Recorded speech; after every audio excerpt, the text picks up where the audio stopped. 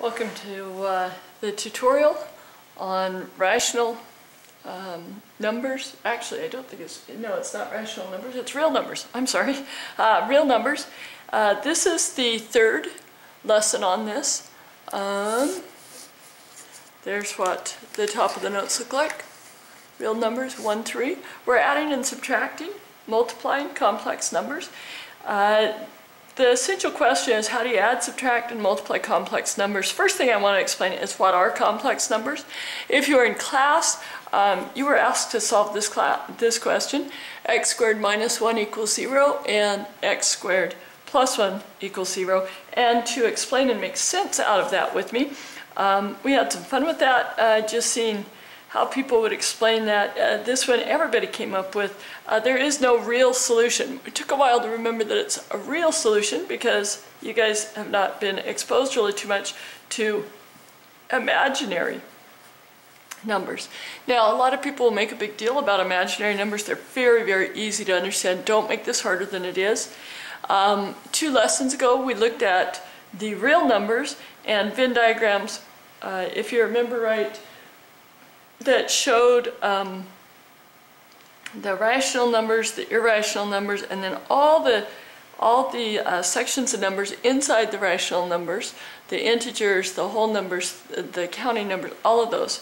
Well, this time we're looking at the complex numbers, and they come in the form of a plus bi. Now, real numbers is over here in this section. So if you can imagine that Venn diagram over here with real numbers and everything inside there.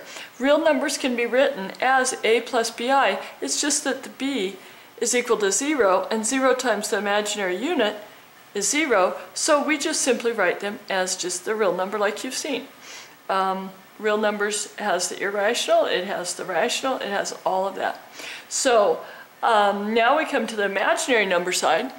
And in the imaginary number side, it's written in the format a plus bi. Now remember, the a part was the real number part. It was that root of it. But the bi has an imaginary root. And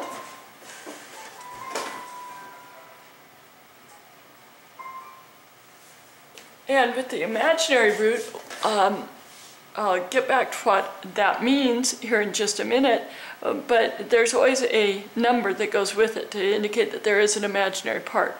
Now, within the imaginary numbers, then we go into a section where the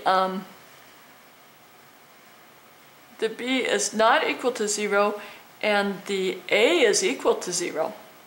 And in that case, then you'll just see the I with a number multiplying by it right there, indicating how much of an I there is. Okay, so back to what I means. Well, when we solved this and we came up with x equals plus or minus radical negative I, that actually is what I is equal to. I'm looking for where it says it in here. It does not. So this is what I represents as radical negative 1. Okay, so when we have a radical negative 1, we will represent that with I. How many real solutions does x squared plus 4 have? First question up here. So I would go ahead and solve this. You'd get x squared equals negative 4 as you take that 4 across, and then you would take the square root. Please show that work, and you would get x squared with the radical over it, and so that would come out as x, and you would find, as you take the, actually I should show you that part, when you have negative 4 under this radical, I really like to see you do this. I like to see you break it into negative 1 times 2 times 2, at least here at the beginning to show me how you're getting the root. The 2 2's come out. And the radical negative 1 now we know is I, so your answer is plus or minus 2i, because that's what this was plus or minus equals x. Equals x, and the simplified form is right there. That's the answer. Okay? So make sure that you step through that. Make sure that you've written the rest of the problem as you're solving it inside here too. So this does have two imaginary roots. It's not because of the 2 here, it's because of the plus and the minus. So there's 2 imaginary solutions. What is the value of I squared? Well, if the value of I equals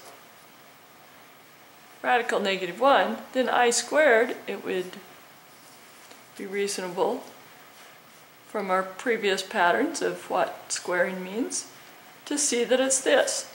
If you have this, that is also equal to this. And how we simplify roots is to take the number that occurs twice in there, and that is a root, so that would be equal to this.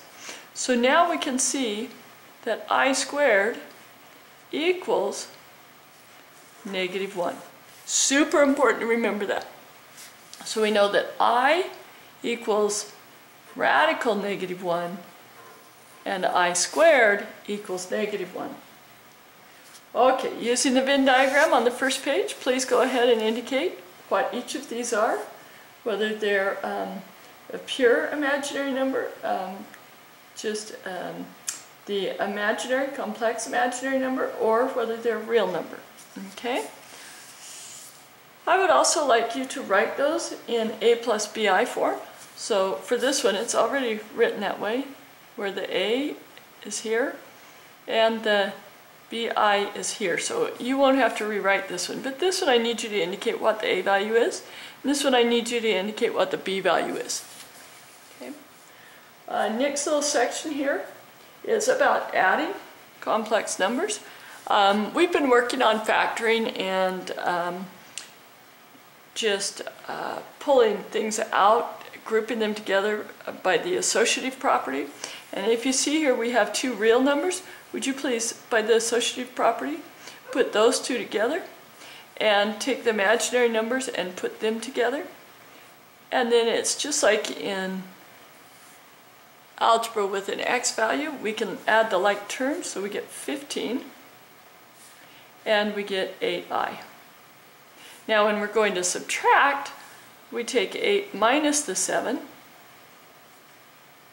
and the 3i minus 3i, so we get 1 plus 0i,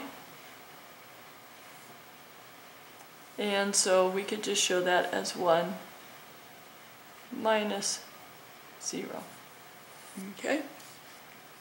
Give an example of 2 imaginary numbers whose sum is a real number.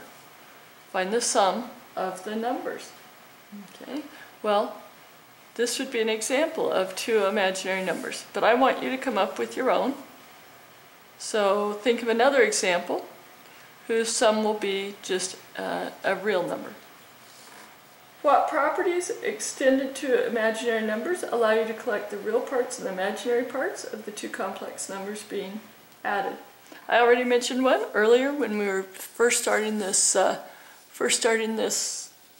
section, so go back and listen. I mentioned that property. And then the other property is the one where you move the terms and change their order. And I've mentioned that you move within a community, and that's how we've remembered it a lot of times. So if you can't remember that one, please come see me. It's important.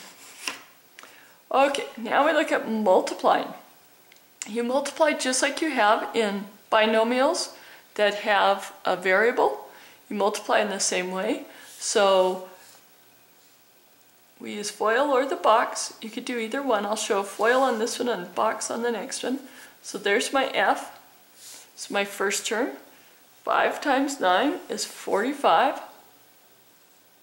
It's right there. 5 times 8i, that's my outside, is 40i. Inside would be 3 times 9, 3i times 9, which would be 27i. And then the last would be 3i times 8i, which is 24i squared. Remember they each have an exponent of 1, and you add the exponents, so it would be I squared. Now the I squared simplifies to -1 here. Make sure you write it in parentheses so you remember that you're multiplying it.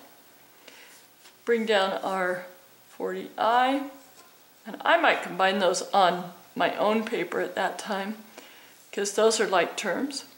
Now we take a -24, move it up here, and we go ahead and we subtract it and we get 21. 40i and 27i would be 67i, and that is your answer. Okay, now I'm going to show you using box method, just because some of you really like the box method. So we have 8 plus 12i, doesn't matter if you put it here or here, I'll just put it up here. 8 plus 12i, and then we have 4 minus 2i. 8 times 4 is 32. 4 times 12 would be 48i. -2i and 8 is -16i. And then -2i and +12i would be a -24i squared. What I usually do in that box is I mark out the I squared and I switch the sign right there. When I mark it out, I just switch that sign. So now what's nice with the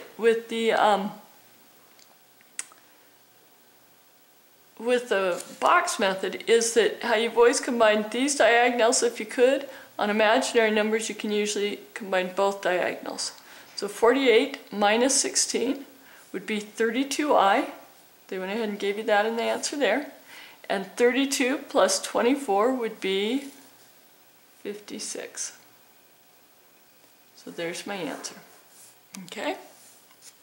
Coming down here, how is multiplying 5 plus 3i times 9 plus 8i like multiplying 5 plus 3x times 9 plus 8x? I would like you to show that. Show an example, whether you do box method or FOIL, how it's so similar. Okay? What is the product of a plus bi and a minus bi, where a and b are real numbers? So you need to give me an example, like you could do 3 plus 4i and 3 minus 4i. Okay? Then classify the product as a real or imaginary number and explain. You may have to go back to the Venn diagrams on the front. What is the square of a plus bi, where a plus bi are real numbers? Okay? So the square, they're talking like this. A plus bi squared. And they're asking for these to be real numbers, so let's just choose something. Let's go 3 plus 2i. Now when we have the square, that means 3 plus 2i times 3 plus 2i. Now they want you to work that out, and then they want you to classify the answer. Okay? In other words, explain whether it's a real number, an imaginary number, how you see that. If you multiply a non-zero real number and an imaginary number, is the product real or imaginary? Ooh, I want you to give examples when you come up with that. Okay? So I want you to take just a real number such as 3, and then think of an a plus bi number, like one of these. Multiply it and tell me whether it's real or imaginary. And then I want you to see if you can come up with one that breaks that rule. That is the other. Okay? Here is the homework that we were assigned.